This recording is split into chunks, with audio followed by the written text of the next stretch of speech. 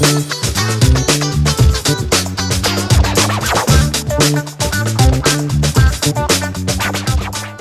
hello out there.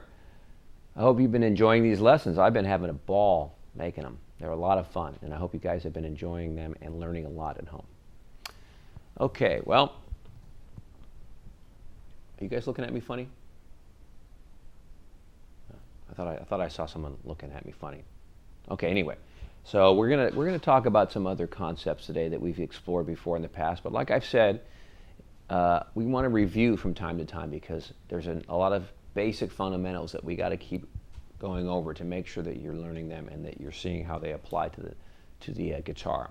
Okay, so up till now we've talked about pentatonic scales, 5-note scales, and we've also talked about major scales, the 7-note scales that actually become the system of harmony that we utilize for writing songs, and pretty much all music is based off of.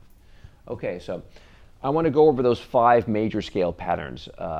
We've talked about them in the past, and I want to review them today here and talk about how we're going to practice them now. Did I catch someone out there laughing? Is someone laughing? You know what? It might be. Oh, I know what it is. It might be this smiley face in my hair. Don't worry about it. It's just I meant it's supposed to be there. Yeah. Don't worry about that. Okay. So let's take a look at the scales that we've learned already and review those. So as you recall, if we talk about these patterns, let's say in the key of D, let's go over a few shapes that we've talked about. And some of these might actually be new, so we'll cover some ground today with a lot of these scales. So remember, from a pattern 1 scale or a pattern 1 chord, right here, we have a system of chords that we can play up the neck. Well, each one of these system of chords also has a corresponding major scale. Okay, so let's make sure that we understand all these patterns right here. Okay, so here's the major scale that relates to pattern 1. Okay, in other words, all the notes right here in your fingers relate precisely to the chord form of pattern 1 that we've already learned. Okay, so it's a perfect connection between the chord, right, and the scale. This is in the key of D. And there's notes in the bottom that we can play in the key of D. But there's the whole pattern right there with the root circled. Okay? And notice how perfectly this chord outlines the scale pattern.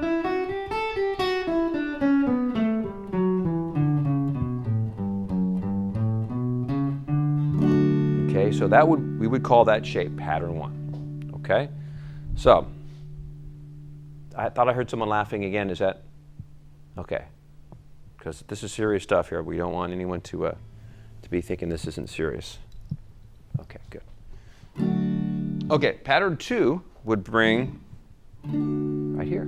Okay, pattern 2, there's the chord form based off the A shape. Now on a bar chord shape up here, and look at how perfectly this scale, this major scale, fits right over the top of it.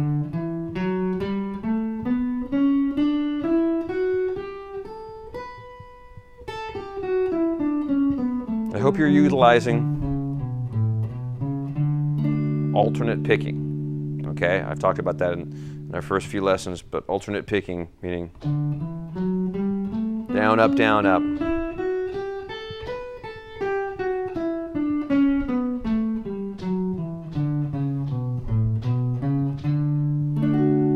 Okay, so that's a perfect relationship of the chord and the scale. The scale, however, starts with the second finger of the chord. You play with your first finger to make it usable. Every note in the key of D in 5th position. The 5th position meaning the 5th fret. Okay? Now we go to the next position of D, and we would be in this chord form. Okay, and here's the scale pattern that would fit in that position. Okay, notice once again a perfect relationship between the chord and the scale. You're going to only see one note that stretches out a little bit. Okay, here we go.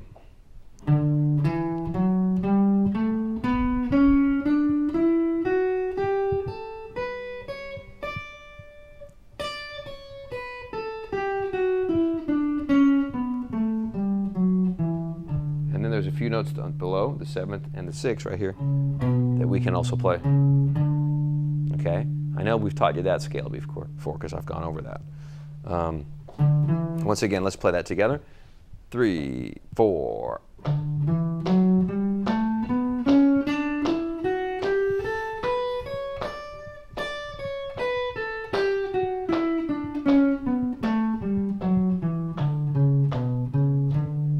Okay, so that's a major scale based off pattern 3, the chord form, which originally was from the G shape down here. Okay, so that's pattern 3. And then we move over to pattern 4 over here as we go up the neck. And that came from the E form, but it's a movable form, and that's going to relate perfectly to this scale pattern I've written out for you. Okay, the roots are right here. And the scale pattern is right here.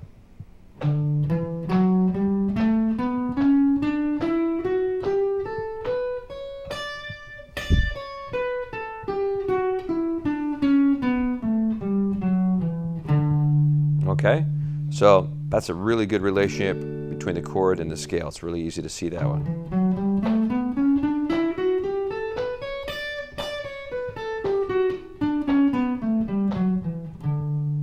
Okay, and that leaves us one more remaining pattern that we should learn. That's right here. It's the pattern 5 shape based off the open D chord, but now way up here, the roots are actually, interestingly enough, they're in the middle of the scale pattern on the 4th string or the 4th fret and the 2nd, the 4th string and the 2nd string right here. And that poses problems for some people because we're used to seeing roots on the bottom strings a lot, or on the 5th string, but not so much on the 4th string. So I really want you to practice this one. This one's a tough scale for a lot of people to learn if you haven't spent much time on it. Okay, so let's start it from the root, go all the way up to the top note here, which is the 4th, and then come back down to the root and then finish it off by picking up the lower notes and then ending on the root. So it's going to sound like this. 3, 4.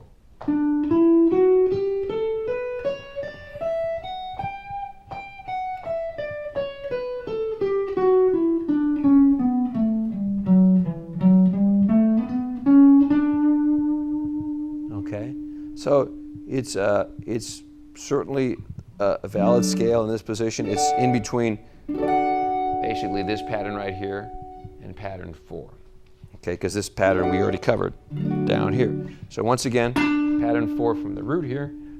3, 4.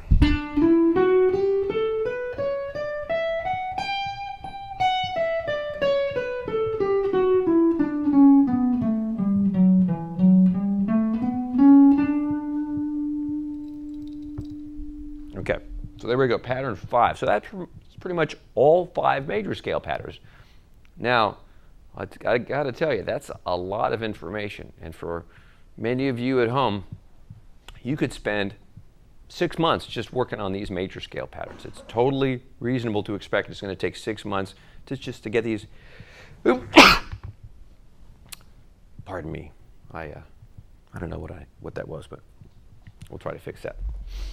It's perfectly reasonable to spend a lot of time working on these and doing this every day, okay? And you don't want to necessarily even need to do every one of them every day. You might want to just focus on a few shapes and just work on a couple of shapes and really get those down. Maybe patterns 4 and patterns 2, right? You could just spend pattern 4 and pattern 2 and work on those, right? You could just say, okay, I'm going to do what Dave says. Let's say I practiced the key of G in pattern 4. That would bring me down here. And then I'll practice the key of C in pattern 2, and I'll just go up to the next position right here. So I'll stay in one position, and I'll play 2 keys. I'll play G major like this.